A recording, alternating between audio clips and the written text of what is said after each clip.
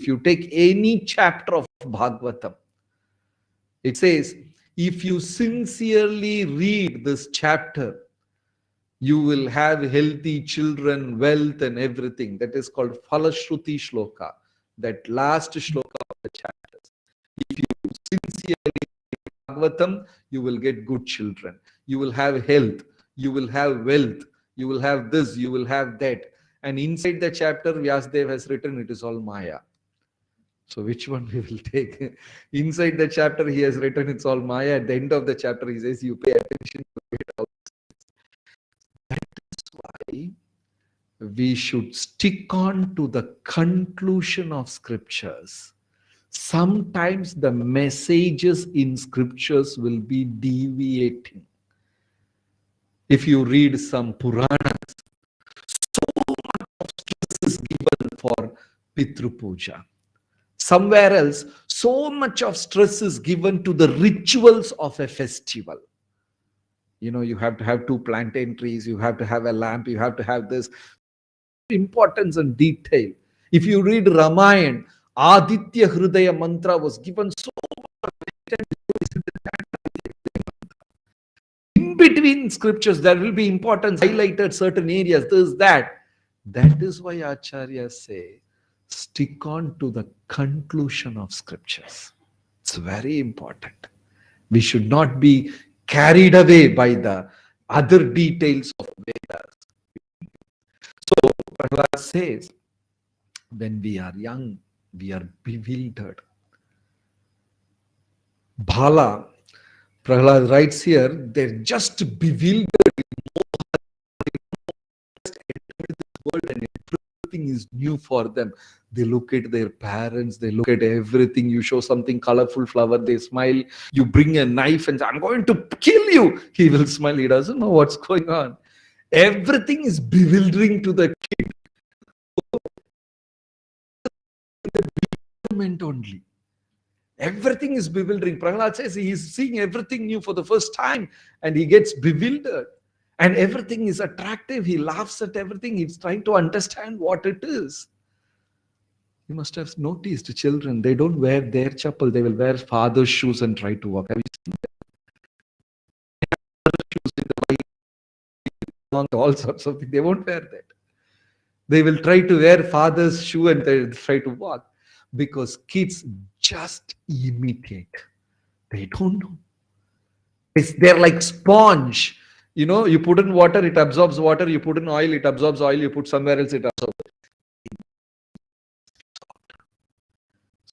It's very important for parents to arrange a situation in such a way where babies watch all these things. Prabhupada always used to say, I still remember, we will be half asleep and our father will be ringing bell in front of Radha Govinda and bowing down. Prabhupada remembered that always. Prabhupada didn't know what is going on, but that action. So when we have children at home, parents should become models, example. You know, whatever you do, you don't have to teach him separately. Whatever we do, it just goes inside the children's head. And it's like engraved on stone. They remember that. Parents wake up in the morning before sunrise and they see some Saradhava and they offer some flowers to Krishna, sit and chant Hare Krishna, and children are watching all that. Don't do the mistake of preaching to your children. Never do this. You know, it will take a wrong adverse effect. So we arrange situation at home in such a way children just witness everything. And we wake up before sunrise, sing beautifully, very mildly, nicely some Saradava, offer some flowers to Krishna, light a lamp, sit and chant Hare Krishna. And the kid may be sleeping, but he's absorbing everything. There is an amazing pastime which you all know in Mahabharata. That Duryodhana went to meet Krishna because all the kings in this world, they have decided that they will fight with whom, fight on whose side. All the kings divided themselves between Pandavas and Kauravas. We know the story. Then Shakuni told Duryodhana, but one person had not decided so far. It is very important to know which side he is and who's that person. And Shakuni said, Krishna has not declared. But you cannot count him in as a Kshatriya. Shakuni said, stupid, you please better find out which side he is. It's very, very important. Because he's like he's an amazing person. So so Duryodhana went to meet Krishna. That was early morning.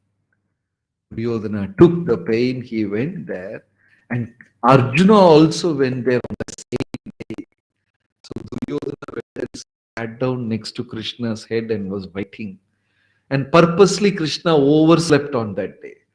Duryodhana is sitting near his head and Arjuna is at his feet. Then Krishna opened his eyes and saw Arjuna. Hey Arjuna, so nice to see you. Then Duryodhana answered, no, I came first. He answered from behind. Anyway, you all know the story, the big conversation. Now, the question which Acharyas ask in that pastime is, why Krishna showed undue favor to Duryodhana? Krishna said, I will fight alongside, I will be with Arjuna. There is no wonder because Arjuna is a devotee. Why Krishna showed that undue favor, undeserved favor to Duryodhana by giving his Yadu army, which has never faced defeat in entire history. This Yadu army of Arjuna, Krishna,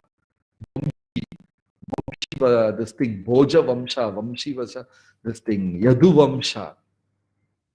They have never faced defeat in battle, even once. Such a powerful army. Krishna simply gave that army to Prabhu. It's an undeserved, undue favor. So Acharyas asked this question, why Krishna did that? Krishna did that. There are many answers, but there is one interesting answer. Why Krishna gave that favor to Duryodhana? No idea? Don't think too philosophically. Think very light. Yes, Prabhu. It's all true. All those answers, what you are thinking is true. It's true. Because Krishna is favoring and all. But there is one interesting answer.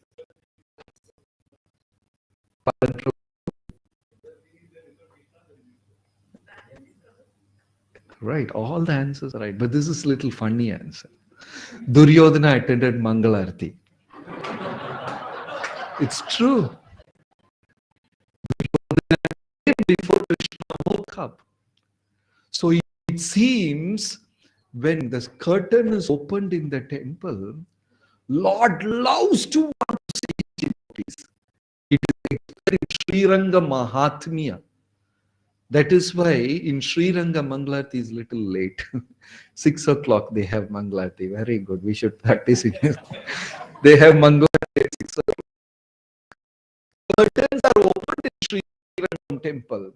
All the Brahmanas, they are there with all nice songs, and elephant comes, cow comes, everybody is there for Mangalarti.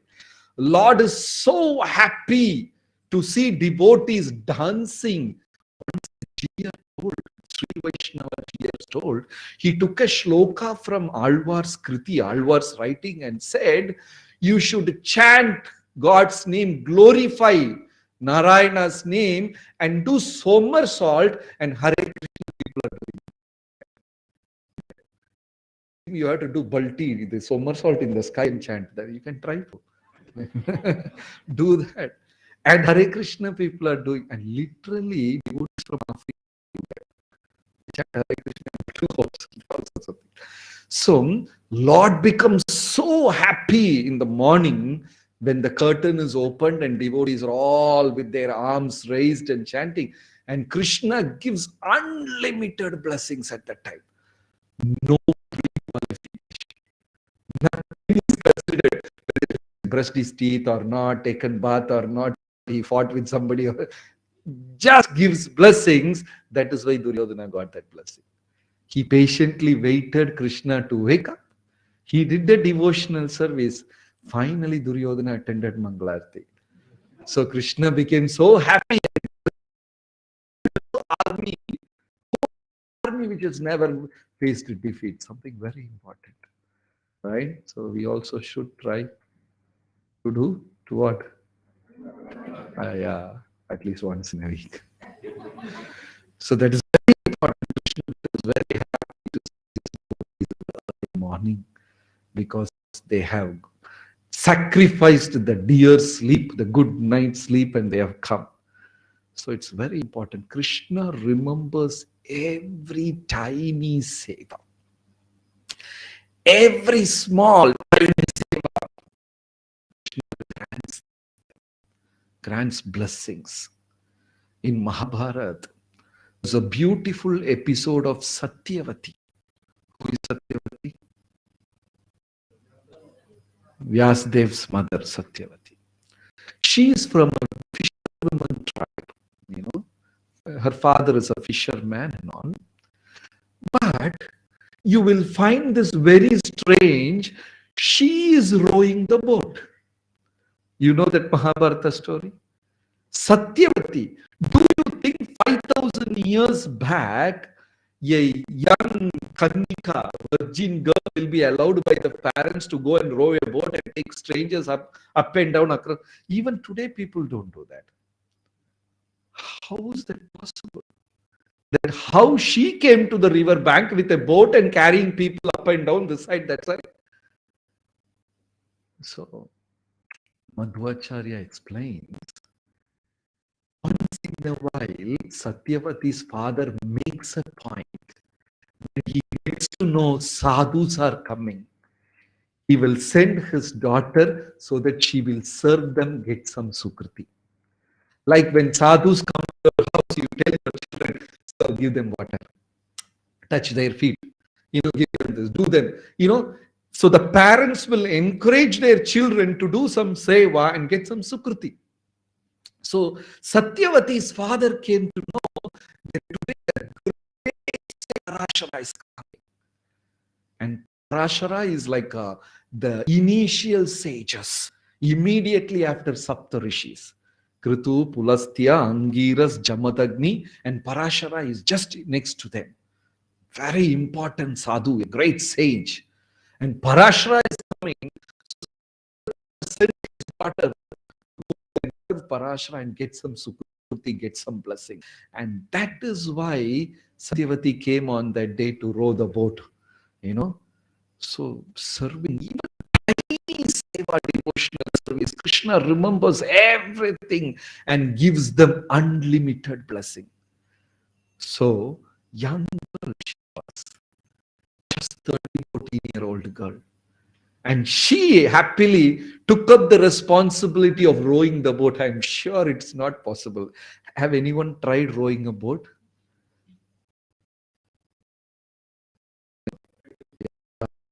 It will go completely in wrong direction. It takes a lot of training to row a boat. That too in natural rivers and wild places. It's very difficult. If you do it like that, it will go completely side right, it was going round and round and round. It's not going straight at all. So she was a young girl and she started rowing the boat, and Parashara became so happy that she came to do this seva. So Parashara Muni asked Satyavati, I would like to give the greatest blessings. And she asked what it is. Now the Supreme Lord's literary incarnation,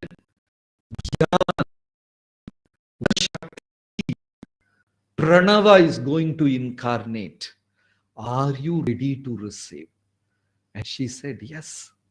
So Parashara prayed, and immediately the literary knowledge, Gyan, the Shakti, entered the heart of Satyavati. became so happy. On top of that, Parashara gave two blessings to Satyavati. One is you will never lose your virginity, and second, your body will have a very special smell, gandha. Your body will have a special smell, you know, and because you carry the Supreme Lord in your womb, so you will have a special smell. Now you see the difference between Bhagavatam and other Vedas. Bhagavatam doesn't speak this. Bhagavatam only speaks that Satyavati born Vyasdev in her womb. That is all. But Vishnu Puran and Padma Puran will speak. She got this scent, she got this blessing, virginity blessing, she got. See, that is why we should always stick to Bhagavatam, because Bhagavatam is Amalam Puran, gives only that supreme devotion, which is not required for pure devotion. That is why Prahalad's word is very important here. A devotee should always stick not to the details of scriptures, but to the conclusion of scriptures. Got the point? It's very important. The same story is there in Bhagavatam, same story is there in Padma Puran and Vishnu Puran. But Padma Puran and Vishnu Puran speak so much about that Gandha part. Satyavati got this special blessing. She got a beautiful aroma from her body, and everybody got bewildered by the beautiful scent of her body. Then the king Shantanu came there, and all that goes in detail. But everything in Bhagavatam is just one or two shlokas, right? Which clearly proves how important Bhagavatam is. Bhagavatam is the ultimate phala, fruit for Kali Yuga. Sometimes devotees get carried away by the details. I want to get that scripture and get those details, this scripture and that detail, this one, that one. It is not necessary. For reference, you can use that. But always we should stick on to the conclusion of Srimad Bhagavatam. Okay. So we move to the next shloka. Prahalad speaks about desires. He says, Durapurena ka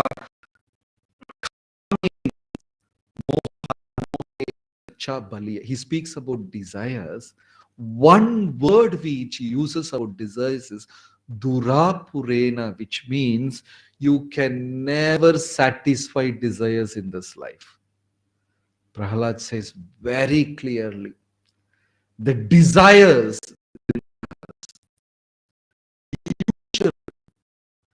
it will bewilder us. It was very strong, and nobody can satisfy their desires in one human birth. So why to go behind that? Right? So His Holiness Maharaja gave a beautiful lecture on the shloka. He said, suppose I am cracking Maharaja's class, like it's with full of jokes. He will be cracking jokes, and all the time devotees will be laughing and laughing in the class. So a lot of devotees attend that class. They will laugh, and Maharaj used to crack jokes and laugh. So in this class, Maharaj said, if I crack the same joke again, will you keep laughing? Devotee said, no. First time they will laugh. If I crack the same joke again, second time you may smile. Third time you will walk out of the program.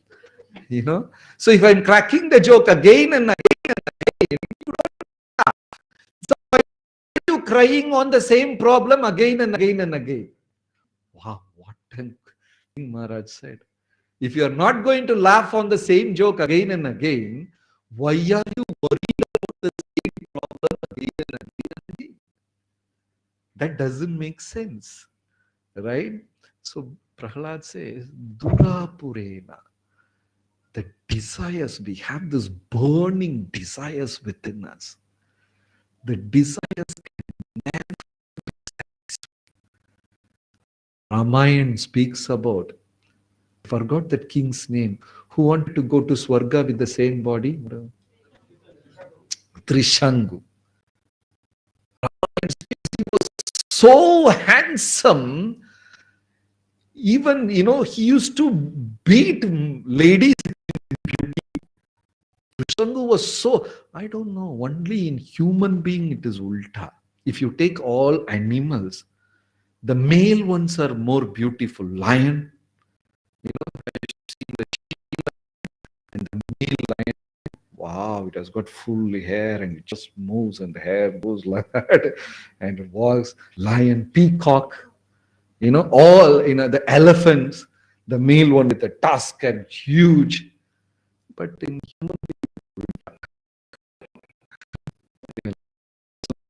topic. So Trishan was so handsome that equally men and women, everybody started admiring his beauty, and he used to spend hours in admiring his beauty. And suddenly a strange idea struck him. I don't want to lose this body. It's a very important thing. Once a sadhu was traveling from one village to another. He was feeling thirsty. He went to his village, had a common well, and people used to share waters. Everybody will gather there in the middle of the village. They will draw water and all. So there were people standing in the queue, and the sadhu went there, and the lady who's serving water was serving others, and she gave water to the sadhu a little later, and sadhu didn't like it. Sadhus have attachment for three things: respect to Mahaprasada and the name Maharaja. One of his sannyasis said it's very difficult to get out of it. Then Mahaprasada, right from the deity plate they get. He was jokingly saying that. Anyway, so this particular sadhu felt a little hurt that the lady didn't serve him water first. He was thirsty. Then he went and asked, you don't have the culture? You didn't give me water first. Lady smilingly said, I will ask you one question. And if you can answer me that question correct, I will ask forgiveness. And he asked, okay, what's the question? What are the two famous guests in your life? I don't know. The lady said, youth and wealth. Very important. They are guests in our life. Youth and wealth. They will come in your life one day and they will leave you. How many of you agree? Youth to already experienced. Wealth a little more time.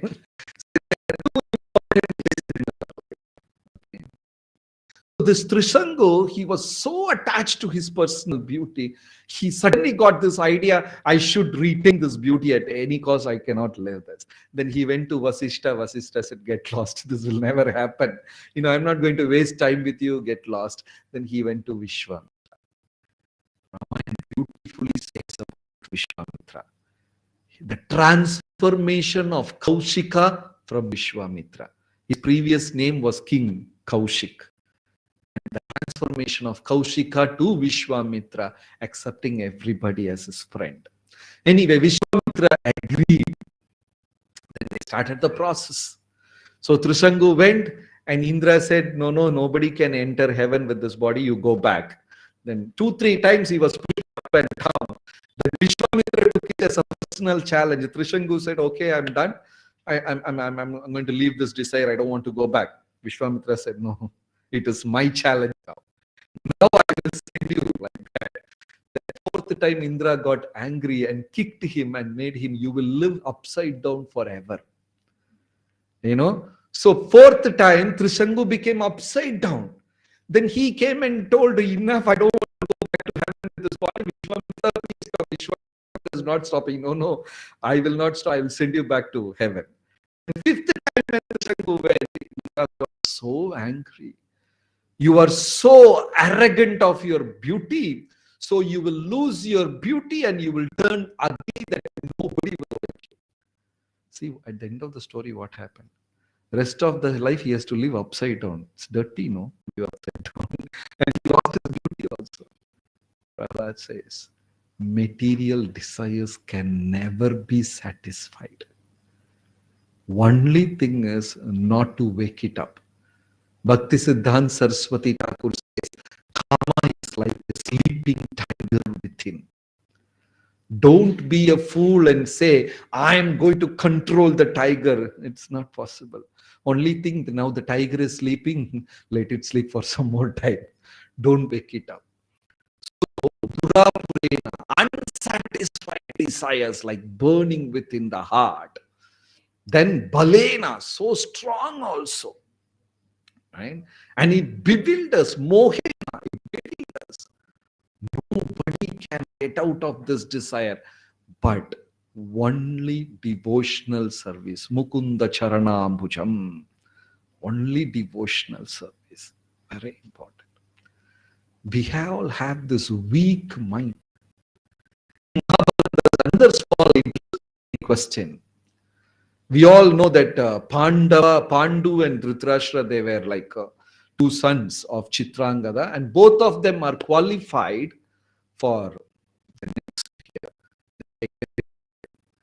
But Pandu was decided to be the king, and we all know Dhritarashtra was not decided because he was blind. But Vyasadeva is giving another important reason why Dhritarashtra was not decided. Pandu was physically strong, mentally strong. Dhritarashtra was physically more stronger than Pandu, but mentally weak. So Dhritarashtra was not decided. So this blind attachment to materialism will make us materially weak. That is why we have to do devotional service, chant Krishna's name, and go more stronger. Then the ninth shloka, Prahalad speaks about Sneha Pasair, the blind attachment within family. Pasa means rope. Yama's rope is also called Pasa. I think in Tamil also they call attachment Pasa. Rope. Very difficult to sever this rope. And Prahalad says at the age of 50, every living entity is supposed to sever this attachment. Attachment is so bewildering. A man was sitting on the 30th floor of his apartment and enjoying a beautiful peace. And all of a sudden, the security came running and said, "Oh, Mr. So-and-so, your son has met with an accident." This man completely got bewildered. He did not know what to do. My son met with an accident. He couldn't think properly. And he jumped from the 30th floor. Then he come down and suddenly realized, I don't have a son. Then he is coming down. Then he realized, I'm not married. He almost landed on the floor and said, that was not my name. He sent the message to was a shloka in Bhagavatam which says, Alpa Ayusha, Prayena Alpa Ayusha Sabya, Kalavasmin Yuge Janaha, Manda Sumanda Matayo, Manda Bhagyahi, Upadritaha. Upadritaha means 99% of the people will be mentally disturbed for no reason. Simply disturbed. Why? Don't know. Yesterday night it was everything okay. Smile, and next day morning you wake up, the mind will say, let him smile and say Hare Krishna first, then you smile. You don't voluntarily smile.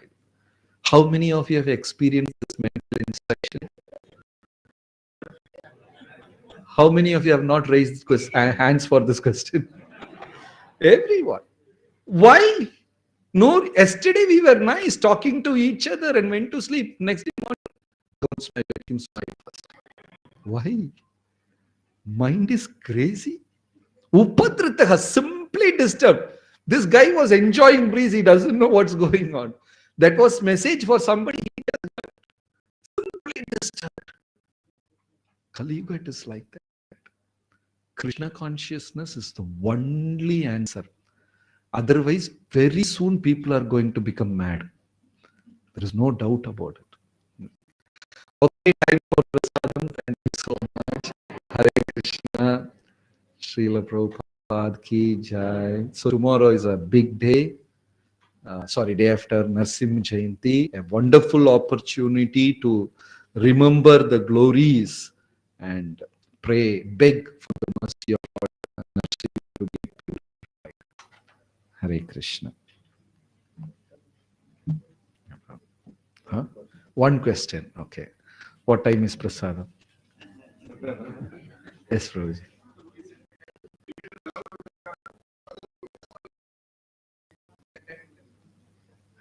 It's allowed to take a personal prescription from you, Prabhu. In this Kali Yuga, even after practicing so much devotion, at least trying to practice, sometimes that desire of proving that I am right remains. Either in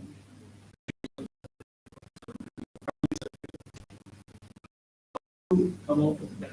Is that Yeah. As we become pure in Krishna consciousness, this proving that I am right and giving up slowly that develops in later age.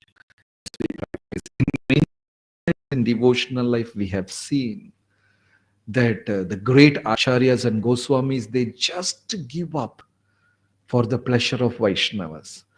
Lord Chaitanya was, when he was Pandit, he was on the boat and they were going. And one of his friends said, Gauranga, I have written some explanation for the lessons. Do you want to listen? And Mahaprabhu said, yes.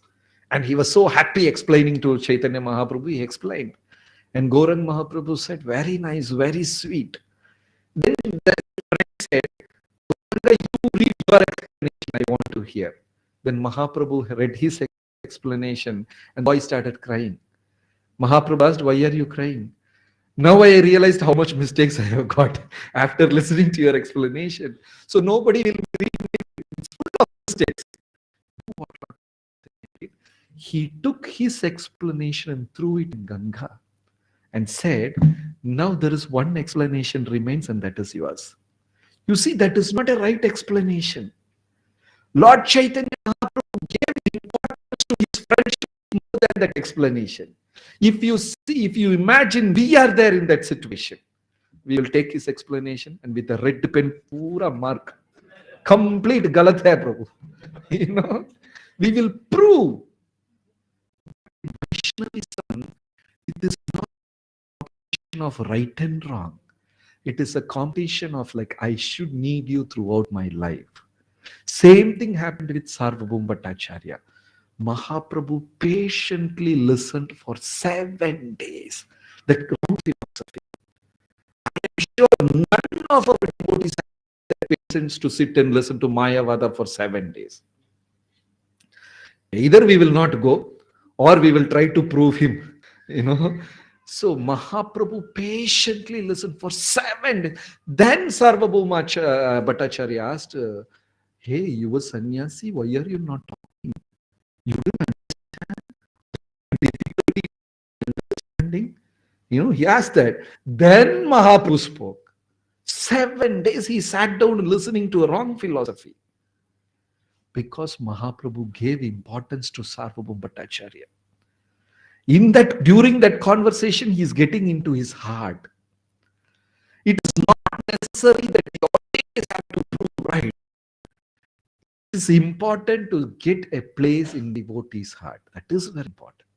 Touch that person. Prabhupada was very specific in that. Small gesture, small thing. He will touch devotee's heart and they are ready to sacrifice their entire life for Prabhupada to do that. One brahmachari all of a sudden came from Australia and Prabhupada was very sick in palanquin and every day he wanted to carry Prabhupada and he used to rush for him. And he was carrying Prabhupada. he had boiled because they're all experiencing Indian climate for the first time. The heat of Delhi, 40, 40 plus 40. I'm sure even we will struggle, our children will struggle. So he had boil. Then Prabhupada asked him to put down the and prescribed a whole medicine for him. And next day, Prabhupada remembered and called him and asked whether you have applied medicine. He didn't. And next day, Prabhupada told his assistant to make that medicine because Prabhupada is good in all that. That raw mango juice and this and that. Touch the devotee. And that is not artificial, it's genuine. Genuinely feeling for devotees. That is more important than right and wrong. Anyway, Krishna is not standing at Goloka's entrance and telling you, please chant 13 shloka of 15th chapter, then I will allow you inside. That's not going to happen. Even if he reads it wrong, if there is a Sanskrit mistake, grammar mistake, will Krishna stop us from entering into Goloka? That means none of the Japanese can become devotees because they don't have R.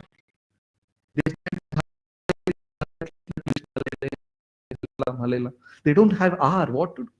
You can't go and teach them R now. So details are secondary. They chant shlokas wrong. There's a famous pastime in Kerala. The one devotee was chanting.